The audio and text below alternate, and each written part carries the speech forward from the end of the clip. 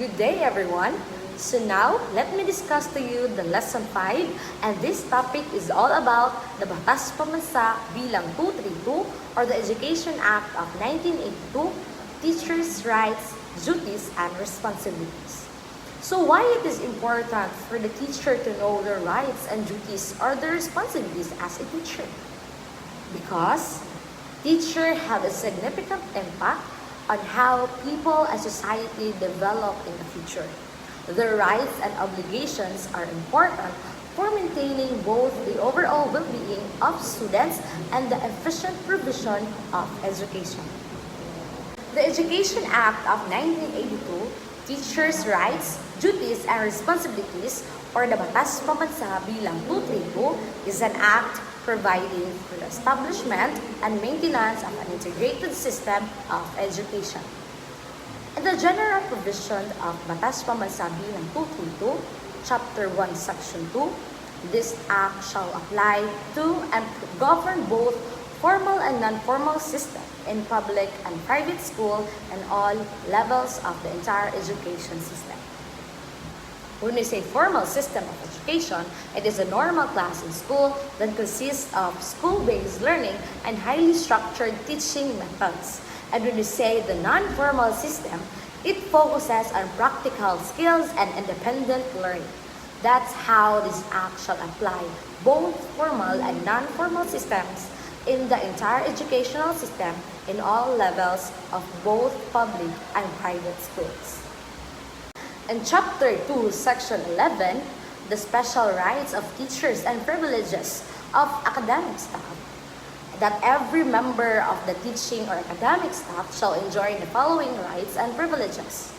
The right to be free from compulsory assignments not related to their duties as defined in their appointments or employment contracts, unless compensated for, conformably to existing law. In recognizing teachers' rights to be free from compulsory assignments not related to their duties unless compensated accordingly is a way to protect their professional role, promote efficiency and education delivery, and ensure fair employment practices. It underscores the importance of valuing teachers' time, skills, and professional autonomy in the education system. Second is the right to intellectual property consistent with applicable laws. Granting teachers the right to intellectual property promotes a culture of innovation, collaboration, and quality in education. It recognizes and rewards their creative contributions, ultimately benefiting both educators and students in the learning process. Third is teachers shall be deemed persons in authority when the discharge of lawful duties and responsibilities and shall therefore be accorded due respect and protection. Recognizing teachers as persons in authority when the discharge of lawful duties and responsibilities is aimed at upholding the importance of the teaching profession, maintaining order in the educational settings, and ensuring the well-being of students. The designation contributes to a respectful and supportive environment that is conducive to effective teaching and learning. Fourth is teachers shall be accorded the opportunity to choose alternative career lines either in school administration, in classroom teaching, or others for purposes of career advancement. Providing teachers with the opportunity to choose alternative career lines promotes professional development, recognizes their expertise, and contributes to the overall improvement of the education system by retaining experienced educators with diverse skills and perspectives. So, in addition to the other rights under existing laws, all parents who have children enrolled in a school have also rights. In Section 8, under the Batas Pambansa bilang 232, parents have the rights to legally and morally responsible for the well-being and development of their children. Access to official records allows parents to stay informed about their children's education, health, and overall welfare, enabling them to fulfill their responsibilities effectively. That's why parents and teachers need to come together to organize and provide a structured mechanism, share perspectives, and actively contribute to the development and implementation of educational programs, ultimately creating a more cohesive and effective educational environment. In Batas Pambansa bilang 232 or the Education Act of 1982 in the Philippines, Section 9 outlines the rights of students to ensure their well-being, fair treatment, and access to quality education. Also, the law emphasizes the right of students to receive quality education.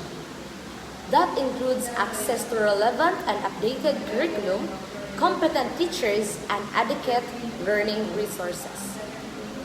Also, under the Batas Pambansa bilang 232, recognize the rights and responsibilities of school administrators to ensure effective management and the delivery of quality education. This law acknowledges the right of school administrators that also ensures that they have a voice in decisions that impact the overall functioning of the school. So now, let's proceed in the duties and obligations of a teacher under the Batas Pambansa bilang 232, Chapter 3, Section 16, Teacher's Obligations. Every teacher shall perform his duty to the school by discharging his responsibilities in accordance with the philosophy, goals, and objectives of the school. Teachers are obliged to perform their duties in accordance with the philosophy, goals, and objectives of the school to ensure the consistency, promote effective education, and contribute to the overall success and positive culture of the educational institution. Second is, teachers shall be accountable for the efficient and effective attainment of specified learning objectives in pursuance of national development goals within the limits of available school resources. Teachers' accountability for the efficient and effective attainment of specified learning objectives is necessary for the success of the education system and, by extension, for the achievement of national development goals. It ensures the optimal use of resources, promotes academic excellence, and prepares students to actively contribute to the progress of the nation. Third is, teachers shall render regular reports on the performance of each student and to the latter of the latter's parents and guardians with specific suggestions for improvement. Teachers are obliged to render regular reports on student performance with specific suggestion for improvement to maintain effective communication, involve parents in the educational process, provide individualized feedback, and contribute to the overall growth and success of each student. Fourth is, assume the responsibility to maintain and sustain his professional growth and advancement and maintain professionalism in his behavior at all times.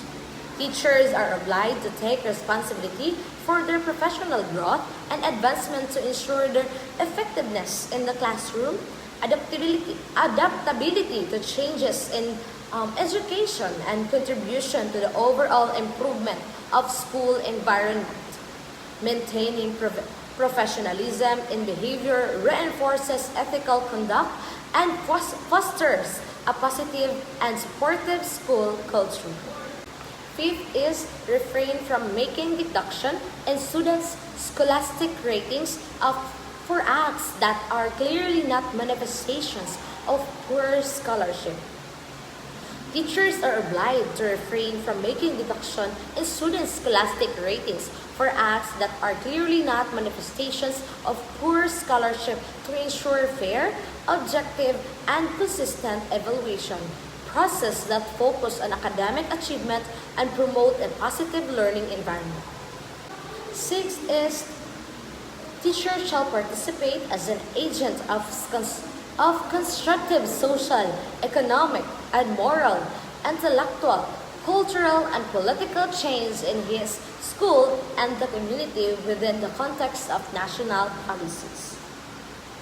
Teachers obliged to participate as agents of constructive change in their schools and community within the context of national policies because they play a big role in shaping the next generation, promoting community development, and contributing to the broader goals of the nation.